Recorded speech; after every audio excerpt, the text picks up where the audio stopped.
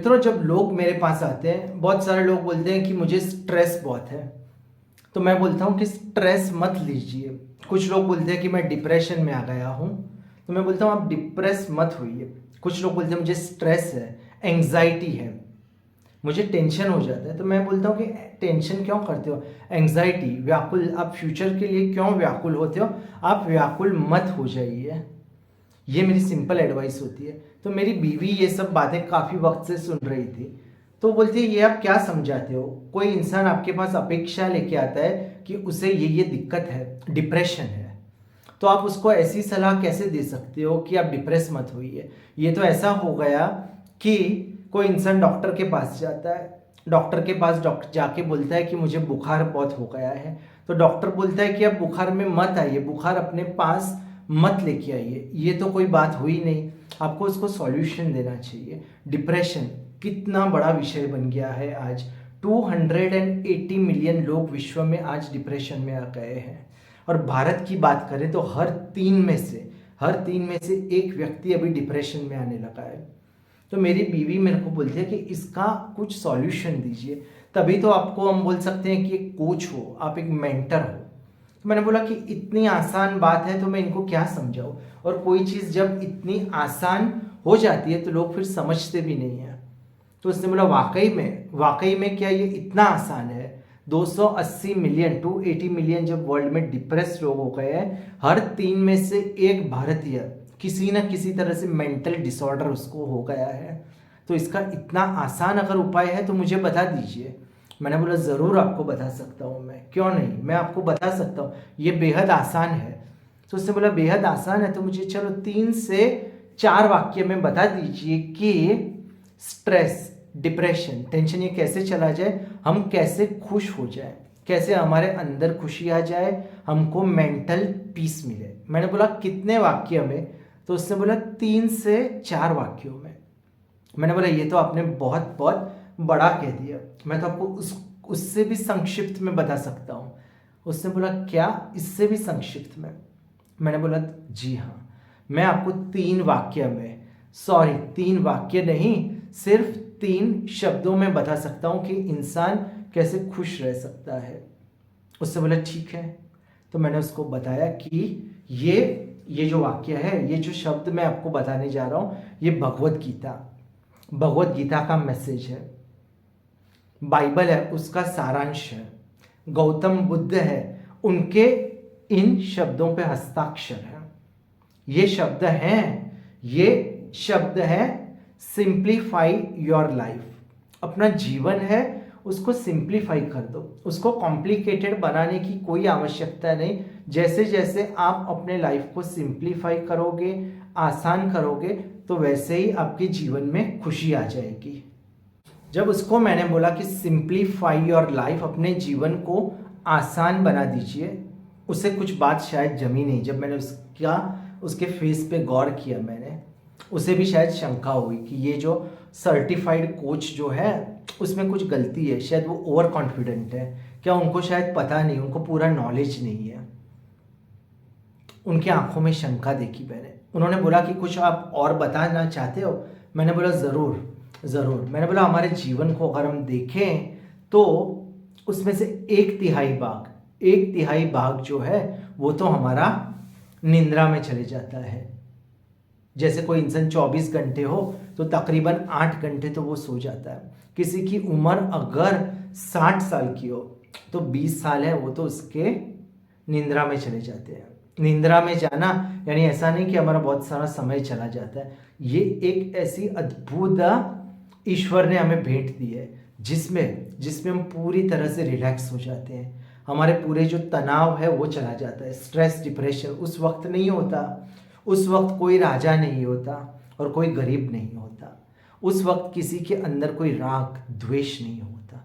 बस वो एक अप्रतिम अद्भुत भेंट है। बस हमने आंखें बंद की और पूरा जो दिन है उसका हमें रिलैक्सेशन मिल गया। अगर आपको लगता है कि ये टाइम वेस्ट है, कुदरत ने ये क्यों बनाए, नींद की जो प्रक्रिया है, तो आप सोचिए कि अगर किसी इंसान की उम्र 60 साल होती और वो कंटिन्यूअसली, चलो उसके 20 साल निकाल दिए नींद में से, तो 40 साल कंटिन्यूअसली काम करता, तो कैसे हालत होती है, आप ये खुद सोचिए।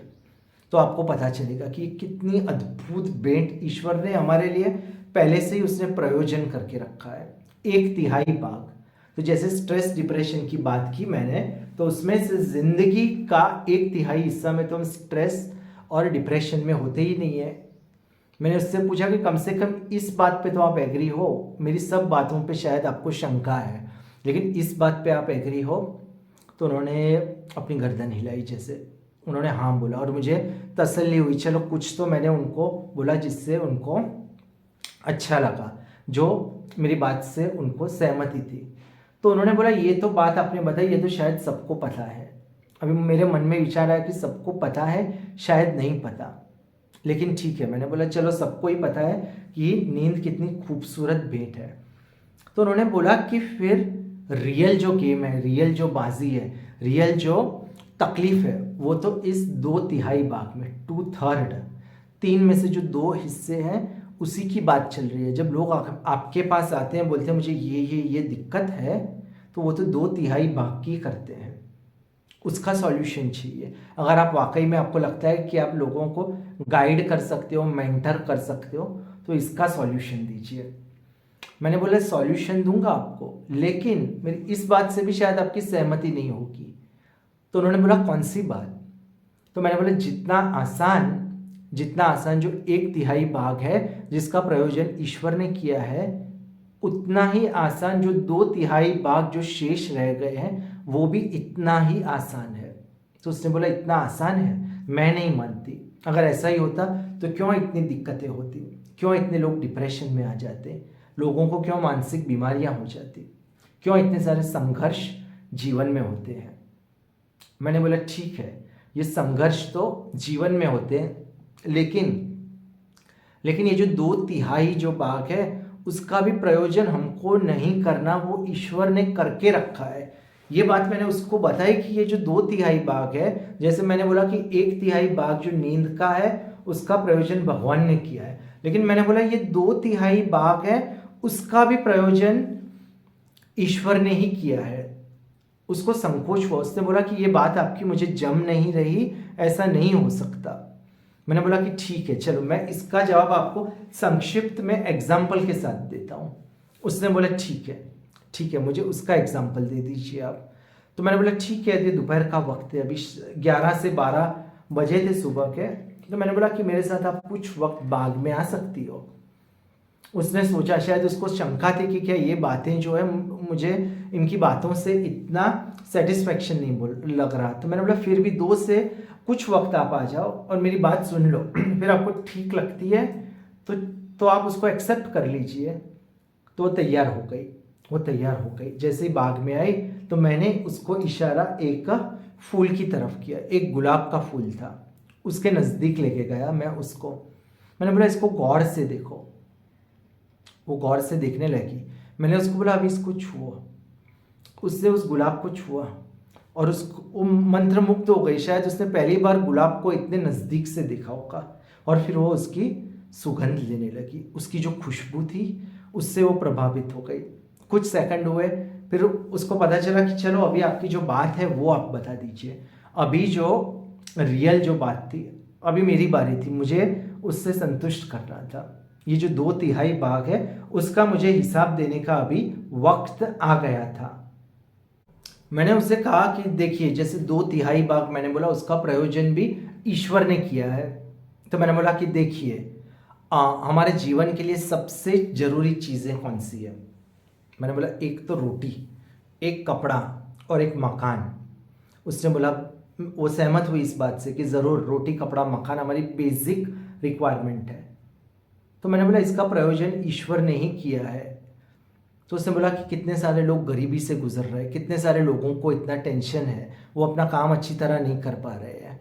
लेकिन मैंने उसको कहा कि कभी ऐसा वक्त आया है कि आपको खाने के लिए कभी आप दिक्कत हुई हो, या तो फिर आपके पास सोने के लिए छत नहीं हो, या तो आपके पास पहनने के लिए वस्त्र नहीं हो, कभी ऐसी नौबत आई है आपकी? तो उन्होंने बोला नहीं, ऐसा तो भगवान की कृपा से कभी ऐसा नहीं हुआ। मैंने बोला भगवान की कृपा से ज़रूर। यही बात मैं समझाना चाह रहा हूँ कि ये जो बातें हैं, ये भी चीज़ों का जो प्रबंध है वो ईश्वर ने करके रखा है अलग अलग प्रकार से। किसी इंसान को उसने डॉक्टर बना दिया, डॉक्टर के माध्यम से वो उसे पैसे देता है। कोई इंसान है इंजीनियर है, कोई इंसान है वो दुकान चलाता है, कोई इंसान है वो श्रम करता है, अलग अलग प्रकार से, लेकिन उनकी आमदनी होती है। उसी प्रकार से वो अपना जीवन, रोटी कपड़ा मकान जो है वो हासिल कर लेते हैं। वही ईश्वर ने हमारे लिए प्रबंध करके रखा है।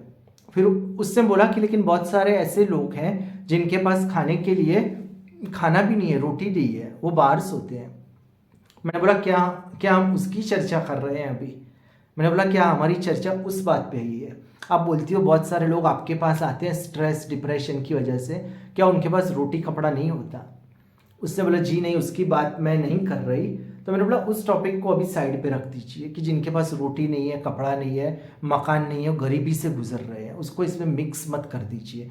मैं ये बात कर रहा हूँ कि जो इंसान की इच्छाएं हैं, जो ज़्यादा चीज़ उनको चाहिए, तकलीफ उस चीज़ की है। इस बात से थोड़ा वो एग्री होने लगी। फिर मैंने वापस उसको गुलाब की ओर इशारा किया कि अभी इस गुलाब को देखिए, गुलाब है, इसको गुलाब की जो कलम है वो किसी ने मिट्टी में लगा दी, मिट्टी में उसको बोया और धीरे धीरे धीरे गुलाब है वो अपने आप बढ़ता रहा। क्या ज़रूरत है गुलाब को? मिट्टी, गीली मिट्टी होनी चाहिए, सही मिट्टी होनी चाहिए, उसको सही मात्रा में सूर्य प्रकाश मिलना चाहिए, पानी मिलना चाहिए। ये उसकी बेसिक रिक्वायरमेंट है, वो भी प्रबंध ईश्वर ने ही किया है। या तो इंसान के माध्यम से, कोई इंसान है उस पर उसको पानी देता है, वो ऐसा वो जगह देखता है कि ये जगह बराबर है जहाँ पे हमने फूल रखा है। उसी तरह जैसे उसका प्रबंध किया है वैसे ईश्वर ने हमारा भी प्रबंध कर दिया है और हमें कुछ नहीं करना है। जैसे जैसे गुलाब है अपने आप धीरे धीरे खिलता है और सही वक्त पे वो बड़ा होता है और फिर मुरझा भी जाता है, उसी प्रकार हमारा भी जीवन ऐसा ही है, अपने हिसाब से वो बढ़ता ही रहता है। हमें खाना भी मिलता है सही मात्रा में, हमें कपड़े भी मिलते हैं, जो भी बेसिक रिक्वायरमेंट्स है वो सब हमारे पास है। लेकिन दिक्कत क्या है? बड़ी बड़ी इच्छाएं, जो लोगों को बड़ी बड़ी इच्छाएं हो गई है, मुझे ये करना है वो करना है, वो बड़े बड़े लक्ष्य रखते हैं, उससे दिक्कत है इंसान को। और जैसे मैंने बोला कि मेरा सेंटेंस आप वापस याद कर दीजिए जो मैंने आपको बोला कि खुशी की चाबी कौन सी है? Simplify your life. कि जितनी लाइफ हम कॉम्प्लिकेटेड करेंगे, इच्छाएं जितनी बढ़ती जाएंगी, जितने हम बड़े बड़े लक्ष्य रखेंगे, उतना हमारा जीवन है वो दुविधा में चले जाएगा। जो ट्रैक है, जो गाड़ी ट्रैक पे जो चलनी चाहिए वो धीरे धीरे गाड़ी साइड पे चली जाती है। यही एकमात्र कारण है। इसीलिए मैं आपको कंटिन्यूअसली मैंने एक ही बात कही कि ये चीज़ें बहुत आसान है। जो 1/3 भाग है उसका प्रयोजन भी कुदरत ने किया है, 2/3 भाग है उसका भी जो प्रबंधन है वो ईश्वर ने करके रखा है।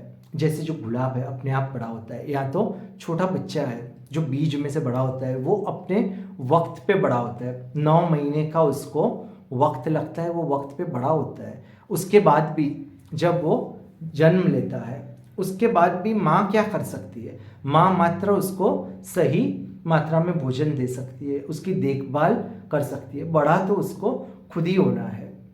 और इसका प्रबंधन भी ईश्वर ने, भगवान ने, कुदरत ने ये करके रखा है। इसको हमें ज़्यादा कॉम्प्लिकेटेड बनाने की कोई आवश्यकता नहीं है। अभी मैं उसका चेहरा देख रहा था, उसके अंदर वो खुद सोचने लगी थी। वो 1/3 भाग, वो 2/3 भाग वो फूल की ओर देख रही थी।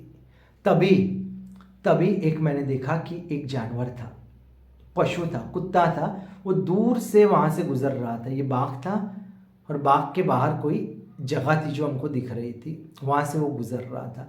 वो नीचे झुका, कुछ वक्त वहाँ पे उसने मुंह नीचे किया, फिर थोड़ी देर के बाद वो चला गया। मैंने उसको बोला बीवी को, क्या आपने इसको देखा पशु को? उसने बोला हाँ। तो मैंने बोला वो क्या कर रहा था? उसने बोला कि शायद वो रोटी खा रहा होगा नीचे, रोटी या कुछ भी, उसको भूख लगी होगी। तो मैंने बोला कितना वक्त वो रुका वहाँ पे? उसने बोला बस उसने भोजन किया फिर इधर उधर देखा, फिर वो चला गया। मैंने बोला देखो ये एक पशु है, ये एक जानवर है, इसे भी पता है मुझे कितना खाना चाहिए। उसने खाया, उसको जितनी ज़रूरत थी खा के वो आगे चला गया। उसने ऐसा नहीं सोचा कि मैं रात को क्या खाऊंगा, सुबह को क्या खाऊंगा, क्या ऐसा तो नहीं कि मेरे पास खाने के लिए नहीं बचेगा तो कुछ रोटी मैं लेके जमा कर दूं। उसे भरोसा है कुदरत पे, उसे भरोसा है कि कहीं ना कहीं से तो उसके खाने का प्रबंधन हो जाएगा। फिर क्यों इंसान को इतना भरोसा नहीं है कि वो खुश है, खुश रहेगा, और ईश्वर ने उसके लिए बहुत बहुत बहुत प्रयोजन करके ही रखे हैं। ना इतनी विपरीत परिस्थिति आएगी, ना इतनी गलत परिस्थिति आने वाली है, लेकिन अगर आएगी भी तो भी हम सक्षम हैं, हम साथ में मिलके उसका सामना कर सकते हैं। ये बात मैंने उसको बताई और वो बात से अभी एग्री होने लगी, वो डेफिनेटली इस बात से एग्री होने लगी। और फिर लेकिन उसने मुझे फिर कहा कि क्या आपके पास इसके अलावा कोई टेक्निक नहीं है? कि कोई लोग आते हैं डिप्रेशन में, वाकई में जब कभी कभी इमरजेंसी आ जाती है तो डॉक्टर को ऑपरेशन करना पड़ता है। तो उसने बोला कि आपके पास कोई ऐसी टेक्निक्स नहीं है कि लोगों को बहुत दिक्कत हो और आप उनको कोई अलग टेक्निक्स बताएं। आपने बताया कि जीवन में बड़े बड़े लक्ष्य मत रखिए, अपने जीवन में संतोष रखिए। 1/3 भाग जो निद्रा का है उसको एंजॉय कीजिए। आपने ये बातें बताई कि तो क्या इसके अलावा आपके पास कुछ नहीं है बताने के लिए? आप तो सर्टिफाइड कोच हो। मैंने बोला बहुत टेक्निक्स है मेरे पास, मैं 20 साल से रेगुलरली मेडिटेशन पे रिसर्च करता हूँ, लाइफ इम्प्रूवमेंट थिंग्स पे रिसर्च कर रहा हूँ, मेडिटेशन, माइंडफुलनेस, मैंने बहुत सारे शिविर अटेंड किए। लेकिन ये तो मैं आपको बेसिक्स बता रहा हूँ, ये बेसिक्स है, यहाँ से शुरुआत करनी है। अगर यहाँ से हमने सही शुरुआत की तो अलग अलग मैं मेथड्स बताऊंगा आपको, ब्रेथ मेडिटेशन बताऊंगा मैं आपको कैसे करते हैं, माइंडफुलनेस के बारे में भी मैं आपको बताऊंगा, और मेडिटेशन के अलग अलग टेक्निक्स हैं वो भी मैं आपको बताऊंगा। धीरे धीरे एक एक करके हम उन सब पे आएंगे। लेकिन आज हमने फाउंडेशन की बात की, जो फाउंडेशन है वो स्ट्रांग हमें रखना पड़ेगा। या ऐसा कहिए कि ये फिलॉसफी है, हर इंसान की अपनी एक फिलॉसफी होनी चाहिए कि मेरे जीवन के लिए सबसे ज़रूरी कौन सी चीज़ है। जैसे बहुत सारे लोग पाठ करते हैं, भगवान का नाम लेते हैं, या तो अच्छी किताबें पढ़ते हैं, वेद उपनिषद पढ़ते हैं, तो आप अपनी एक बुक बना दीजिए, अपनी एक थियोरी बना दीजिए, उसमें कुछ पॉइंट्स लिखिए कि ये पॉइंट्स हैं, उसको मेरे जीवन में उतारना है, और उसको रेगुलरली रिवाइज कीजिए, उस फिलॉसफी को इम्प्रूव कीजिए। मैं आपको जो बातें बता रहा हूँ वो मेरी बातें हैं, वो सबके पास एप्लीकेबल है, लेकिन ये मेरी थिंकिंग है। इसमें से कुछ आपके भी पॉइंट्स होंगे अलग, वो भी आप लिख लीजिए। तो ये सब बातें हम लोग रेगुलरली इस पर रिसर्च करेंगे, आगे बढ़ेंगे। मैं आपको टेक्निक्स बताऊंगा जो मैंने सीखी है। विपस्सना मेडिटेशन के बारे में भी मैंने वीडियोस बनाए, डेथ मेडिटेशन, अलग अलग टेक्निक्स है। मैंने होपोनोपोनो टेक्निक है, ग्रेटिट्यूड की बातें मैंने बताई है, एफर्मेशंस, सब बातें मैं आपको वक्त पे बताता रहूँगा, आपका उत्साह मैं बढ़ाते रहूँगा। लेकिन ये जो बेसिक्स पे आज हम बेसिक्स पे बात कर रहे थे, उस पे आप गौर कीजिए। और हर रोज़ मेरी यही इच्छा होती है कि जब हमारा सेशन ख़त्म हो तो जो लोगों ने अपना कीमती वक्त दिया है वो कुछ 1 या 2 बात यहाँ से लेके जाए जो रेगुलरली रिवाइज कर सके या पूरा वीक उस पर गौर कर सके। तो वो मैं आज आपको बात बता देता हूँ, और आज का जो हमारा सेशन है उसको पूर्ण वहीं पे कर देंगे। कौन सी बात है वो बात यही है कि कोई भी चीज़ है, कोई भी परिस्थिति है, आप सोचिए कि क्या इस परिस्थिति में मैं कुछ कर सकता हूँ या कर सकती हूँ। अगर आपको लगता है आपके हाथ में नहीं है तो उसे एक्सेप्ट कर लीजिए। What you cannot change accept, ये बात को याद रखिए। बहुत सारी चीज़ें ऐसी है जो हमारे कंट्रोल पे नहीं होती, फिर भी अपने उसके बारे में टेंशन में हमारा जीवन बर्बाद करते रहते हैं। भूतकाल की बात हो, भूतकाल में कुछ ऐसा प्रसंग हुआ हो, या तो भविष्य की कोई चिंता हो, तो ये बात आप याद रखिए। और दूसरी बात जो मैं आपको बताऊंगा वो है कि कभी भी आपको कोई डिसीजन लेने का है, आपको लगे कि कोई परिस्थिति अजीब है, मैंने एक्सपेक्ट नहीं की थी, तो आप सोचिए इस वक्त इस परिस्थिति में सबसे अच्छा मैं क्या कर सकता हूँ। बस ये क्वेश्चन अपने आप से पूछिए। अगर आप कहीं पे स्टेशन पे जा रहे हैं, आपकी गाड़ी पंचर हो जाती है, तो घबरा जाने से कुछ नहीं होगा। बस आप कुछ वक्त वहाँ पे खड़े रहिए, आप सोचिए कि इस परिस्थिति में सबसे अच्छा मैं क्या कर सकता हूँ, तो वाकई में आपको अच्छे आइडियाज़ मिलेंगे, अच्छे थॉट्स मिलेंगे, आप घबरा नहीं जाओगे। इससे भी बड़ी विपरीत परिस्थितियाँ आएंगी। तो ये आप अपने जीवन में लेके आइए कि अगर आप परिस्थिति बदल नहीं सकते, उससे आप एक्सेप्ट कर दीजिए। और हर बार ये प्रश्न अपने आप से पूछते रहिए कि इस परिस्थिति, इस वक्त, इस क्षण, इस घड़ी में सबसे अच्छा मैं क्या कर सकता हूँ। बस ये जो मैंने 2 पॉइंट्स बताए, ये पॉइंट्स आप रिवाइज करते रहिए, और जो मैंने आपको बातें बताई वो बातें भी आप दोहराइए, समझिए। जितनी आप रिसर्च करोगे, आत्म मंथन करोगे, उतना आपको ज़्यादा पता चलेगा। तो बस आज के सेशन के लिए बस इतना ही। नेक्स्ट संडे को हम वापस मिलेंगे।